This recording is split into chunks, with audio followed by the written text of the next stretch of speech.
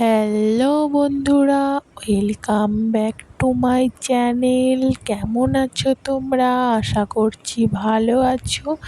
তোমাদের ভালোবাসায় আমিও অনেক ভালো আছি। তো দেখো, আজকে সকাল সকাল মেয়ের স্কুলে চলে এসেছি। আর কেন এসেছি সবটাই তোমাদের সঙ্গে শেয়ার করব। তো তোমরা অবশ্যই ভিডিওটা দেখতে থেকো, স্কিপ না করে। তো আশা করছি তোমাদের ভালো লাগবে। আর আজকে সারাদিনের কি কাজকর্ম করলাম সবটাই তোমাদের সঙ্গে শেয়ার করব। তো ভিডিওটা স্কিপ না করে দেখতে থাকো। যারা নতুন আছো অবশ্যই পেজটি ফলো করে দিও, সাবস্ক্রাইব করে দিও। আর মানে সবাই আর কি সম্পূর্ণ ভিডিওটা দেখতে থাকো। আর দেখো, আসার সময় মেয়ে কোথায় এরকম স্লিপারে উঠলো।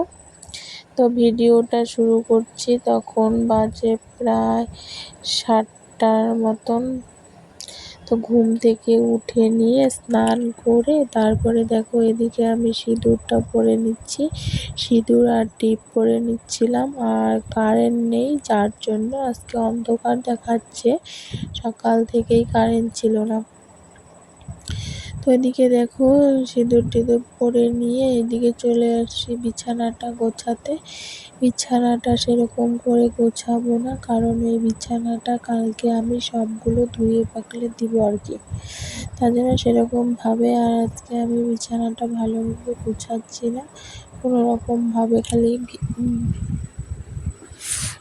কোনো রকম করে গুছিয়ে রাখছি। তো এদিকে দেখো, বিছানাটা গুছিয়ে নিয়ে তারপরে চলে গেছিলাম রান্নাঘরে রুটি ভাজতে। আজকে একটু চিনি দিয়ে পরোটার মতন করে বানিয়েছিলাম, আর এদিকে চা। তো দেখো, এদিকে মেয়েকে পড়াতে লিখতে দিয়ে গেছি, বললাম তুই লেখ, আমি তাড়াতাড়ি কিছুটা ভাত ঠাত রান্না করে নেই, কারণ যেহেতু আমার আজকে মেয়ের স্কুলে যেতে হবে। আর এদিকে দেখো, সকাল থেকেই বৃষ্টি পড়ছিল। তো আকাশটা একদমই মেঘলা। আর ঘুম থেকে উঠে আমি আগে স্নান করার সময় জামা কাপড়গুলো কেচে দিয়েছি। আর এদিকে দেখো, আমি ভাত বসাবো জন্যে ভাতের চালটাকে ভালোভাবে ধুয়ে নিয়েছি। আর এদিকে প্রেসারে দিয়ে দিচ্ছিলাম ভাতটাকে।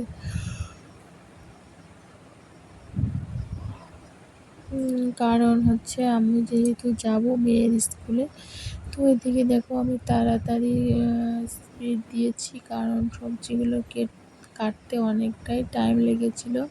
তো এদিকে ছেলের জন্য ডালে একটুখানি মিষ্টি কুমড়া আর হচ্ছে মিষ্টি আলু সিদ্ধ দিয়ে দিলাম।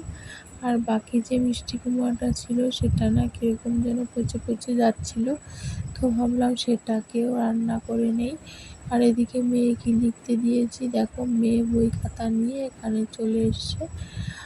আর হচ্ছে আজকে রান্না করব মিষ্টি কুমড়ো দিয়ে পাট শাকের ডাল। ডাল বলতে মিষ্টি কুমড়া দিয়ে রসুন সম্বার দিয়ে, মানে এমনি ভাজা ভাজা মতন করব, সেরকম ঝোল টোল করবো না। আর হচ্ছে রান্না করব পটল আলু আর কাঁচা কলা সব কিছু মিলে একটা শুকনো শুকনো তরকারি মতন করব। সেখানে কিছুটা আমি সোয়াবিনও দিয়েছিলাম। এদিকে দেখো, আমি তাড়াহুড়ো করে কাটছিলাম, আর মেয়ে এদিকে গল্প করছিল। ওকে বলছি তুই লেখ, ও লিখবে না, ও গল্প করছে দেখো। আর এদিকে আমি তাড়াতাড়ি করে পটলগুলোকে ভালোভাবে ছুলে নিচ্ছিলাম, কারণ পটলগুলো যদি ভালোভাবে না ছুলি তো খেতে একদমই ভালো লাগবে না। তো আর এদিকে দেখো, কিছুটা কাঁকরোল কেটে নিয়ে সেটাকে ভালোভাবে ভেজে নিচ্ছিলাম।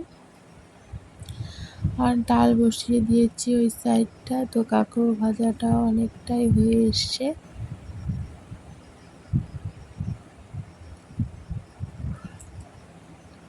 তো এদিকে দেখো, ওখানে রসুন সম্বার দিয়ে মিষ্টি কুমড়োগুলোকে দিয়ে দিলাম। তো ভালোভাবে ভাজাভাজি করে লবণ হলুদ দিয়ে ভালোভাবে ভাজতে হবে। তো এই মিষ্টি কুমড়াটা খেয়ে আমার বর বলছে মিষ্টি কুমড়াটা কীরকম যেন মিষ্টি কুমড়ার কাঁচা কাঁচা গন্ধই করছে, তুমি ভালো করে রান্না করোনি।